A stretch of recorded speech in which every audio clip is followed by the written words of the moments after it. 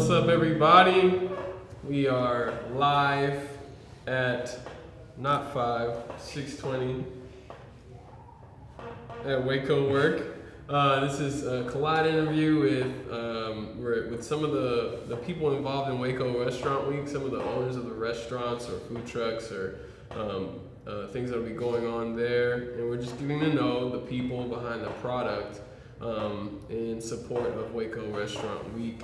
And we had to absolutely reach out to these legends of Waco Cha, and we're excited to get to know them as people. I'm genuinely interested to get to know you guys more as people, even outside of this, but this is a great opportunity to just get to know y'all. I'm excited.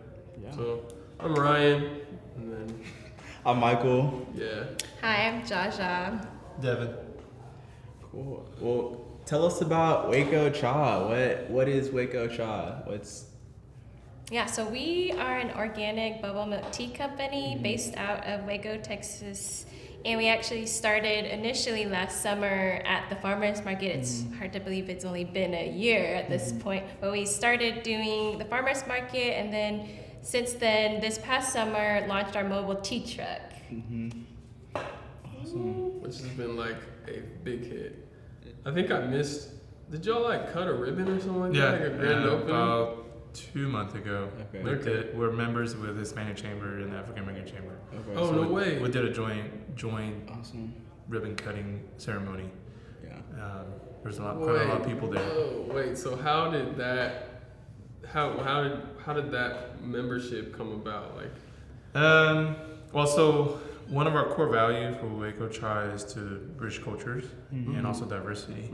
So early on, we identified Hispanic as one of our core customer group. Yeah. So out of just the desire, really, authentically, really want to build a relationship with the Hispanic community in Waco, I basically introduced myself and just went to Hispanic Chamber and introduced myself to Alfred and just share my heart and what I wanted to do as far as through our company.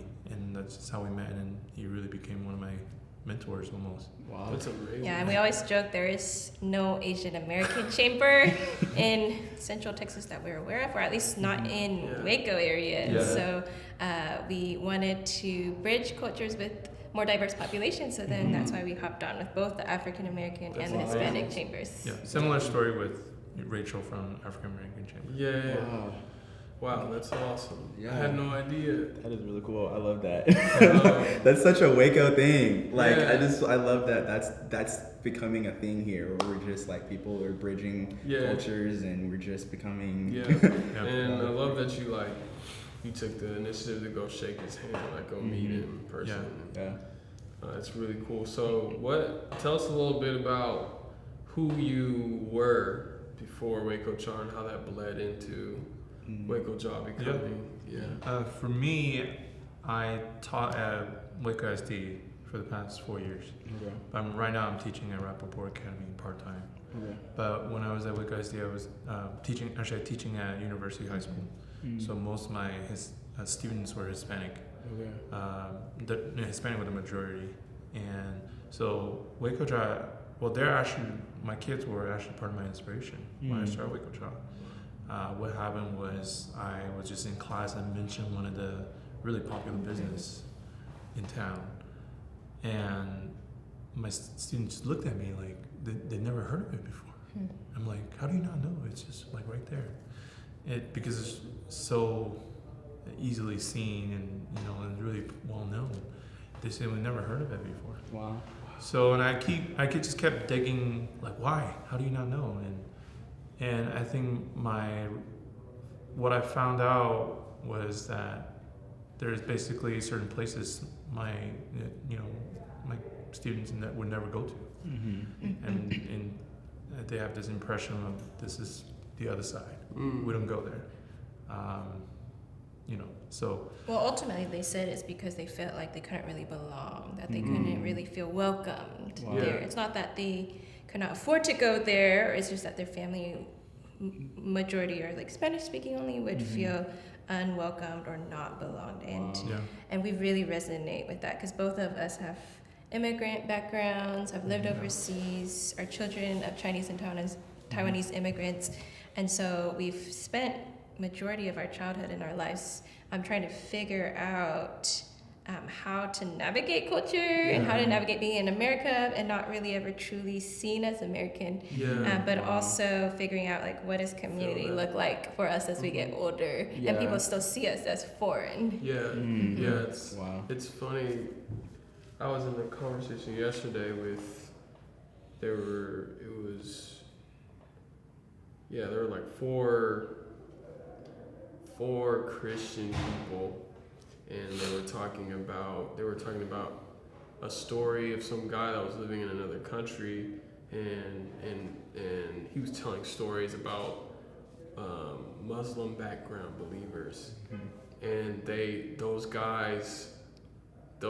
Muslim guys, when they started becoming believers and hearing this guy mention them as that, they're like, hey, so when do we genuinely out of they didn't understand, they're like, so when do we become believers instead of Muslim background believers? Wow. And that stood out to me. It was like, it's like them saying, so when do we become human beings too? Like when do we become, or when do we become American? You know, like when do we become like, because really we're all one race, we're all human, the human race with different ethnicities. Yeah. Race was a construct, but so I like feel that, and I get that, and have been thinking about that. And that's part, like really it was out of that journey and out of seeing other people's journeys of trying to find belonging and community that we wanted to create a business that not only bridges cultures but also creates community and creates a space for people of all backgrounds to feel a sense of belonging. So during that same time frame, we were part of a large church in town, and we really struggled finding community, and it's really a place of really struggle finding friends. So that kind of became one of our main mission, is to create community. So the idea is that I think all of us, we all have our own best friends. We all have our own brother, sister that we call at night. But we really try to, as a company, create opportunities for people to interact. Just having a common interest. So I think through Waco Cha, I think there's a lot of common interests such as health, and people who really care about plastic free. So just through things like that, we've seen a lot of people having similar interests. And also, just through the product we produce, creating some cultural fusion drinks, really connected with the Hispanic culture. Really connected with the Hispanic culture. And then, What does cha mean? Cha means tea in Chinese. Gotcha. Oh, cool. Oh, that's dope. That's dope. That hit me on a creative level. That's really sick. That's like genius. Waco Cha. It's like American city, Asian word. I love that. I don't know if you meant to do that. I was like, that's fire. Of course. So have you all started to see that? Like, I mean, I guess your goal, have y'all begin to kind of see that happening? Have y'all seeing different cultures? Like, kind of what's that looked like? Yeah, and how? Oh yeah. Well, we've been able to see that not only through the guests that we serve, but also through even just internally in our team. So we've been expanding a lot this past summer with our mobile tea truck, and it's so exciting to be able to like sit back and realize that more than 60% of our team is not only bilingual, some are trilingual, and so it's exciting to be able to have a team that also reflects diversity as well, and being able to then serve guests in Spanish or in Mandarin Chinese, depending on what they would prefer. And there are also stories which I tell often. One of them is this. Basically, I think this girl, she has a Middle Eastern background, and she often came to us. And one day she said, "I'm really encouraged by your message about diversity," because we tell this, through our social media, we tell that we're really vocal about it all the time. And she said, I'm really encouraged by the messages you share. And she said, usually when I go to a coffee shop or whatever, I just make up a name. To make it easier to spell out. Or a letter, just to further, they don't want to, you don't want to trouble the barista with your name. But she said, I'm just going to tell you my full name. I'm going to spell it out to you. Well, she came up to us and was like, I know through your social media that you value diversity. And so I'm going to tell you my full name and spell it out, even if it holds up the line. And we were like, girl, you got to tell us your full name all the time. We don't care if it takes 5 minutes. This is part of our mission. This is part of my mission. It's something it seems so small, but to us, that connects culture, so hugely to just being able to honor people as humans, right? Yeah. At first, I was expecting maybe like a 10-letter name or something like that, which I've seen some names are like that. It was just 5 letters. So just 5 letters. And I said, we'll write it out. Yeah. So stories like this. Another one would be like a Hispanic kid, I guess, came across our drink and started coming all the time. And then we started noticing him just coming alone. He's like 14-year-old. I was like, where are your parents? Because he always came alone. And then he said, they're in the car. I was like, you should bring them. He's Hispanic. So I guess that they probably didn't really feel belong in the farmer's market. Didn't want to walk around. And so I invited. Well, they also spoke Spanish only. So. Yeah, so we asked them, hey, bring your parents next time. And then one parent came with another sibling. And then, of course, one of our teammates spoke Spanish. So he explained the whole process to them. But from then on, the whole family would come all the time. Wow. And then both parents would come, and sometimes they would come alone, pick up a drink for their kid, and bring it back. So, and that was their first time to the farmers market. And so just being able to hear stories like that encourages us to realize, like, okay, yeah, like being able to create and connect that community within Waco itself. Like, who would think that we could be bridging cultures in that way, even within Waco? Wow. With the Asian community, do you feel like you connect with them? I mean, obviously because it's Thai tea, but it's like I've been to Asia and tasted bubble tea here versus there, and this is like I feel like I'm like in Indonesia ordering cha time whenever I get this. And so I'm interested to hear like people who may have had it in another country and they drink it here. Is it like, wow, I feel loved by how good this is, Yeah, like we serve quite a few international students or have over the years.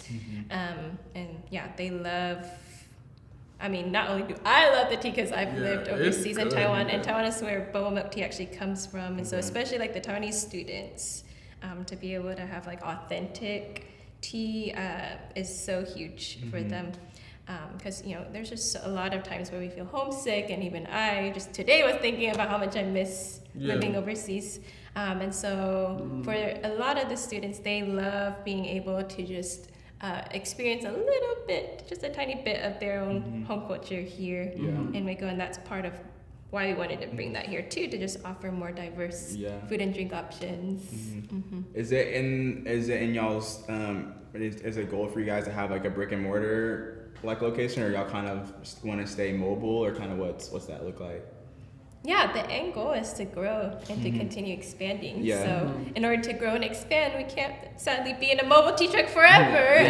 But we are seeking and working on expanding beyond the mobile tea truck, and we definitely want to continue expanding even beyond Waco. Wow. Okay. Wow. That's pretty sick. That's great. So what was, I know y'all kind of mentioned like the motivation, wanting to create community, valuing diversity. Was there like a defining moment where y'all were like, okay, we're gonna do this, or or was it, what was that process like?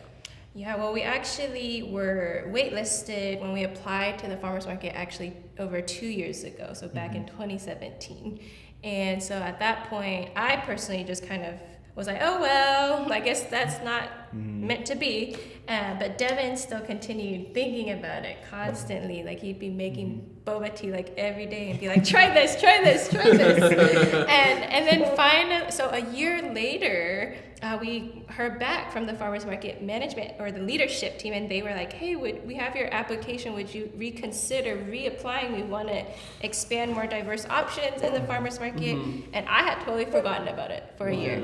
It wasn't even on my mind, and he was still thinking about it. He was like, yes, let's do it today. And I was like, what, you actually still want to do it? And he was like, yes. And so I was like, well, you still need to create an authentic recipe, because neither of us we're not, tea experts. We're not trained in the culinary arts. We don't have any kind of background in that. But we actually literally just started it out of our kitchen. And so he got straight to work at that point when I was like, okay, if you're serious, you need to have an authentic recipe that needs to be approved. I lived in Taiwan, so I was like, it needs to taste just like the ones. And so for me, it was the moment when he finally served me a cup and he figured out the exact way to make it. The weekend before. He had already signed us up, and I was like, you still don't have a recipe that's authentic, it's too watery, this is not gonna do it. He was like, how would they know? I'm like, it doesn't matter, I cannot serve this kind of product, right? And so then when I remember the exact moment he served it to me, and I drank a sip, and I was like, we can do it. At that point, I just remember in our kitchen, I was like, this is gonna be able to sell, and not just sell, but it's really good. Wow. It's really good. So Devin, what was that like? I mean, you're bringing her drinks and she's like, no. That's like some of my friends that try to make Kool-Aid. They didn't grow up drinking Kool-Aid, and it tastes like tea. I have to preface, he's not Taiwanese, so he's from China, so he's a Chinese immigrant. So he actually didn't grow up drinking bubble tea. Got it. Whoa. Yeah. So was there, I don't know, you probably have some secret sauce, whatever that goes, to make it great, but were you just getting online and figuring it out, or were you just grabbing ingredients and just making it? It was actually quite a hard, because it's different to make one simple cup for yourself and then for other people in gallons. Yeah. And then what I found out, and there's a lot of fear, do I have what it takes? Do I have everything I need? Yeah. But I think what I found out was that somebody told me that you just have to make a step every single day. So I started just making 1 cup a day. True. Wow. And then, so over time, a lot of time you wait for the water to boil, and you can measure the temperature, see what's the premium temperature to brew tea, and over time, you just know the temperature is reached by the water's behavior. And you start seeing bubbles coming up, and then you know it's ready. So stuff like that. Yeah. You really have to just keep consistent. And that was a year long of doing that, or was it 2 years? I would say 6 months. 6 months, okay. When I finally decided. A year long of thinking about it, but 6 months of intensively every day making a cup. Yeah. Wow. That's incredible. That's applicable to anything. Yeah, really. Yeah. And then there are things you just notice along the journey. Yeah. So one day. So we can't just take all the credit. Yes. When I was at work, I saw the fridge and I saw some pumpkin spice coffee creamer. And so the thought popped, what would that taste like in the fall for a pumpkin spice tea drink? And so it's just inspiration like this. Yeah. And then just even visiting Homestead and the tea lady, we'll buy tea from them. One day he just told me how they make their tea, and he immediately wrote it down. I mean, just stuff like that. Yeah. Just a little bit of information like that. I love that concept of how life. I've heard it said by a lot of artists that I'm inspired by, and even just realize it myself, how there can be this false presentation that a creative that is always creating is always inspired. But I think when you just live life, you find more inspiration. When you go through handing her a drink and she's like, yo, that doesn't take this watery, that's part of life, a life thing. If you weren't married to her, if you never went through the life experience of marrying her, you would have never got to the point where you're handing her a drink. You know what I mean? It's if you were never walking in the wherever that was, grocery store, I can't remember what you said, and you never saw pumpkin spice. Oh, that's at school. Yeah. School, Yeah. yeah. He was were you at work? You know? Yeah. Yeah, working a regular job. You know what I mean? Like, life happens to you, and then inspiration happens to you. And I think when I finally decided that I can't, like, that's possible to live life, and not more than possible, but like helpful to my creative process to live my life. It set me free, like, to be a human being and be inspired. Yeah. I think that's such a hidden jewel that isn't talked about much in the creative world. For sure. And we're so inspired just even by other cultures. So we traveled to Japan last Christmas and we're inspired. We went to the capital city of matcha and learned how to make matcha authentically. And so we can't take all the credit, obviously, because it's like a lot of it is literally bridging cultures. So like learning from other cultures, learning from people, learning from experts, and then incorporating it into something that fits into Waco Cha, like a unique version, inspired version. Wow. Awesome. That is so good. Wow. I cannot wait to come Cha, because I cannot wait to start coming to Waco Cha more. Now that I know. I feel like we say that at the end of every interview. Yeah. And hopefully everybody who watches this feels the same way. Like they when they get your product, they feel like they get a piece of. Yeah, it's different when you know the story behind it, because like there's things that are good, like Starbucks is good, but like, you know what I mean, like I don't relate relationally with it. Now I'm like, whoa, there's a story behind this. Like for 6 months you made a drink every day. Now I'm like, okay, I want to go try that. Like, I gotta try that. You know what I mean? So I love that y'all are building that community, building that relationship, and I think I'm super excited for people to see this so that they can see that and they're gonna feel that same thing that we feel. I actually have another question that I want to, like, on that 6 month grind. You were being told up until the day before, this ain't it, by your wife, like every day. For 6 months. And that, like, I'm pretty picky. Yeah. And I don't know, I feel like there's a beauty in that. There's like this, you're not just business partners, you're also life partners. Yeah. And so how has being life partners enhanced you as business partners? Like situations like that. Oh yeah. Well, it's so much joy. I mean, there's obviously a lot of times that are challenging, especially when we first got it started. We would find ourselves like butting heads a lot about like the vision or just how to carry out things like operationally, and having challenges like working side by side at times. And so eventually we actually agreed to never never put ourselves like side by side too often, like try to diversify just the shifts and the schedule.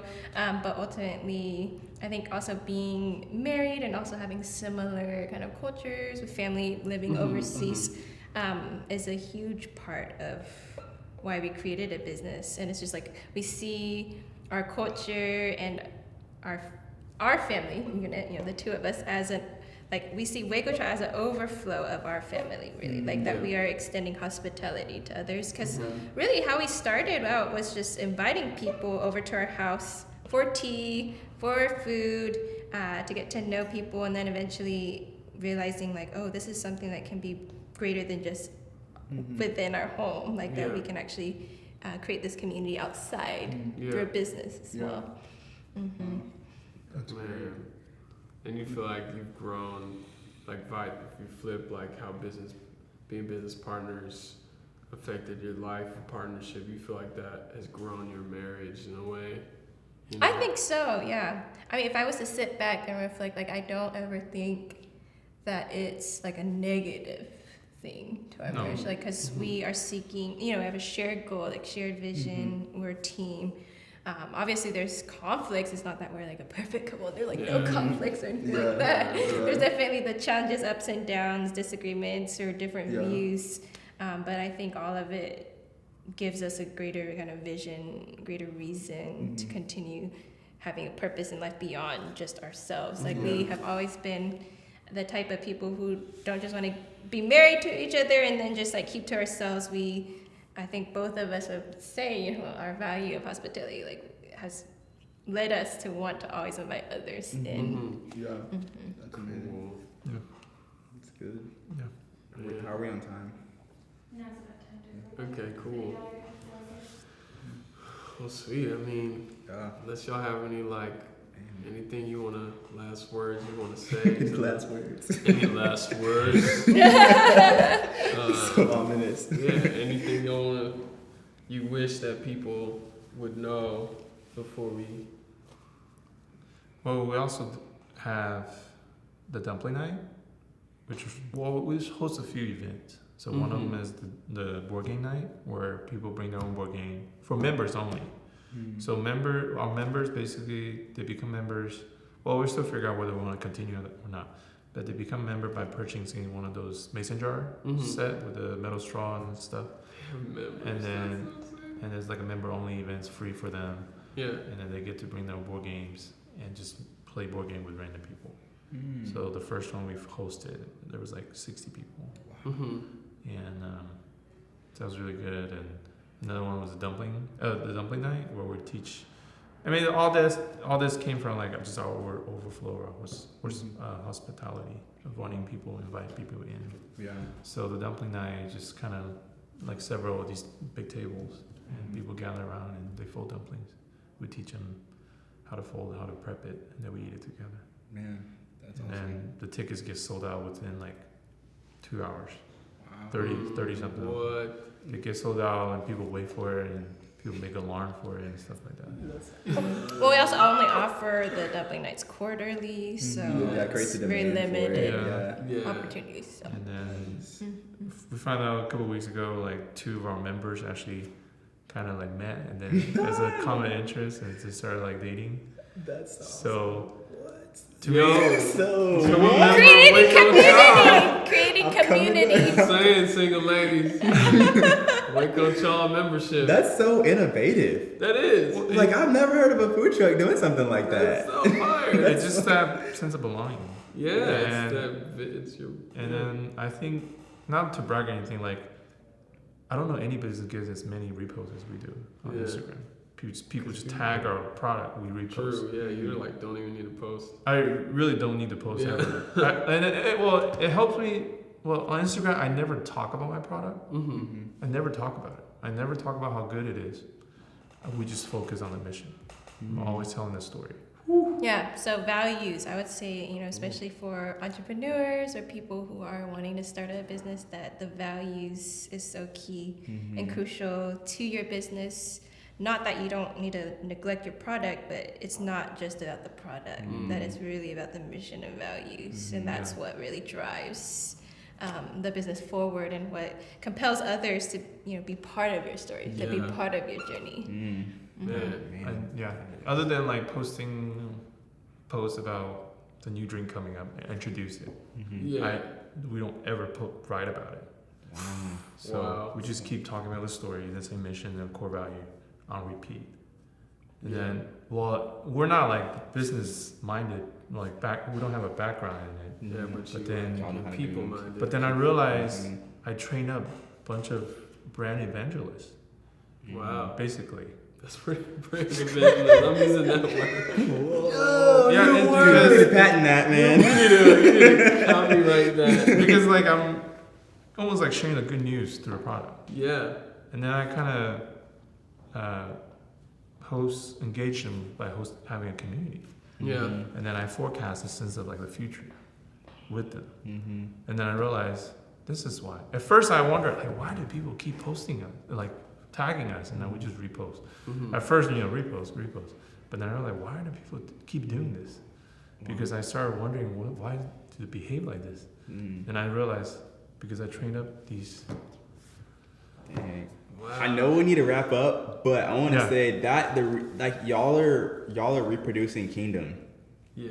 That's why it's so powerful. That's a kingdom model. You know what I mean? And like, I don't know if that was intentionally, but like, I think whatever the God in you came out in both of you, and like you started reproducing what's in you. So you're just reproducing a kingdom mindset. And so there's like, that's why it has no choice but to be successful. Yeah, it's like the world is looking for that. The world is looking for people to just be revealed, like their hearts, motives, minds behind what they do to be revealed. Like and to be true, like the authenticity kind of piece is huge. Yeah, I think that's we're in a time, and especially in a place like Waco, but we're in a time where Instagram's getting old, social media, like it's not as new as it was. People are creating all these new things to keep it new, and so what was old, which was like that personal, value-centered relationship, is now becoming the new. It's like the new thing. So I mean, it just speaks to the fact that we as human beings, we need connection and relationship, and we thrive off of that, and that's what y'all are doing. Yeah.